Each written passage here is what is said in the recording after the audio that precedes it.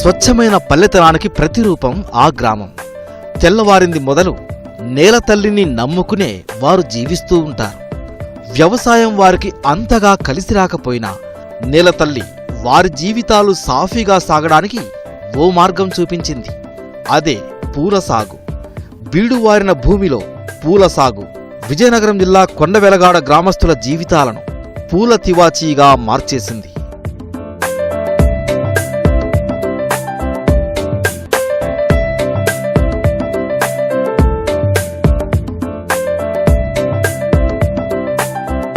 కొండవెలగాడలో ఉన్న 5,000 మంది జనాభాలో 3,000 మందికి వ్యవసాయమే ప్రధాన జీవనాధారం.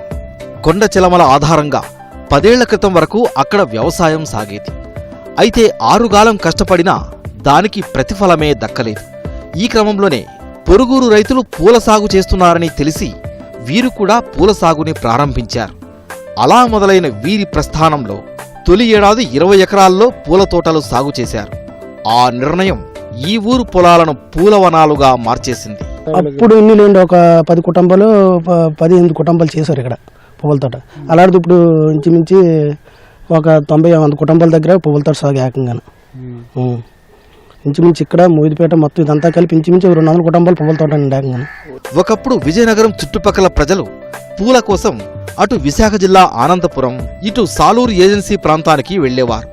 కానీ ఇప్పుడు ఆ పరిస్థితి పూర్తిగా మారిపోయింది.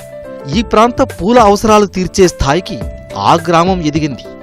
ఎకరం పొలంలోనే 30 మంది చేస్తారు. ఎక్కువ పూలు అయిపోతే ఇంకా 50 మంది, 60 మంది, 70 మంది కూడా వస్తారు, ఏరుతారు. ఎంత ఇస్తుంటారమ్మా మహిళా కూలీకి? 80 రూపాయలు ఇస్తారు లేబర్కి. అంటే 12 అయిన వరకు ఉంటే 80, 1 గంట 12 అయిన వరకు ఉంటే 80 రూపాయలు ఇస్తారు మనకి.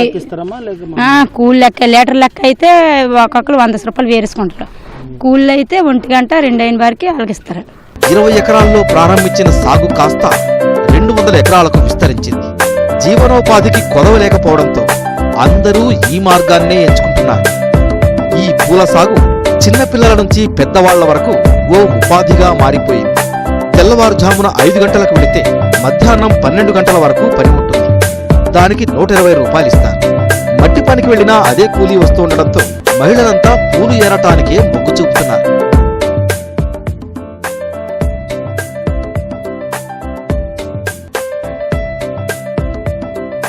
చుట్టుపక్కల ఊళ్లు తమ పొలాలను రియల్ ఎస్టేట్కి అమ్మేసినా వీరు మాత్రం అందుకు సిద్ధపడలేదు. వట్టిపోయిన తమ పొలాలకు కొత్త పంటలను సాగు చేస్తూ 10 మందికి ఉపాధి కేంద్రంగా మార్చారు. వాస్తవానికి ఈ పూల సాగు చిన్న పనేమీ కాదు. చంటి పిల్లలను సాకినట్టే సాకాల్సి ఉంటుంది.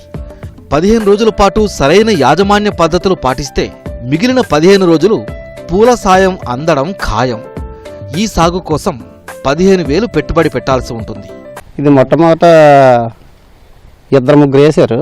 తర్వాత వేసిన దగ్గర నుంచి ఊరంతా కూడా ఒకరిని చూసి ఒకరు అలాగే ఇంప్రెస్ చేశారు.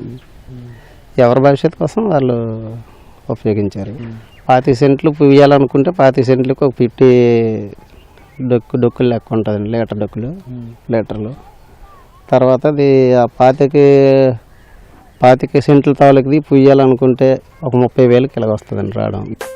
బతుకు తెరువు కోసం వలసపోయి కష్టాల పాలు కాకుండా సొంత ఊరిలోనే ఉన్నంతలో మెరుగ్గా బతికేందుకు ఈ ప్రయత్నం దోహదపడింది. ఈ పూల తోటలు ఆరోగ్యంతో పాటు ఆదాయాన్ని కూడా అందించి పెడుతూ ఉండడంతో అందరూ ఈ మార్గాన్నే అనుసరిస్తున్నారు. వీరి ప్రయత్నం మట్టి మీద మమకారాన్ని పెంచడంతో పాటు నమ్మకాన్ని మరింతగా బలపరుస్తోంది. కొండవారు గ్రామం ఈ కొండవెలగాడ గ్రామం మెట్ట వ్యవసాయం సాయంగా లేకపోవడంతో మెతుకుల వెతుకులాటలో భాగంగా పట్టణాలకు వలసపోకుండా పూల సాగు వైపు మళ్ళింది. వేల రూపాయలు సంపాదించలేకపోయినా 3 పూటలకి ముద్ద కరువు కాకుండా పరిస్థితిని బతుక్కి భరోసాను ఏర్పరచుకుంది. కరువు కాటకాలతో అల్లాడిపోతున్న రైతాంగానికి ప్రత్యామ్నాయంగా నిలుస్తోంది ఈ గ్రామం. వీడియో జర్నలిస్ట్ సురేష్తో లక్ష్మణ్, ఎక్స్ప్రెస్ టీవీ, కొండవెలగాడ గ్రామం నుంచి.